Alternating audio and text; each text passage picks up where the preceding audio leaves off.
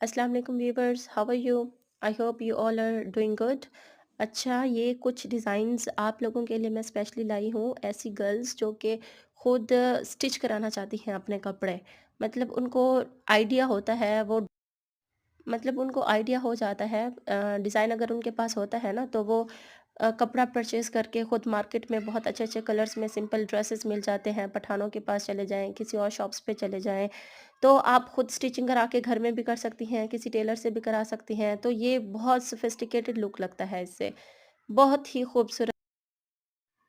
इससे क्या होता है, एक तो आपके पैसे भी बच जाते हैं, जैसे कि आप किसी ब्रांडेड शॉप पे चले जाएँ, आप कोई ड्रेस परचेज़ करें तो बहुत ही कॉस्टली पड़ते हैं, plate suit, stitch suit.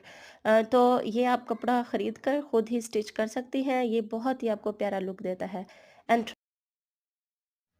trust me, you will look amazing. Please try it, and thanks for watching. Allah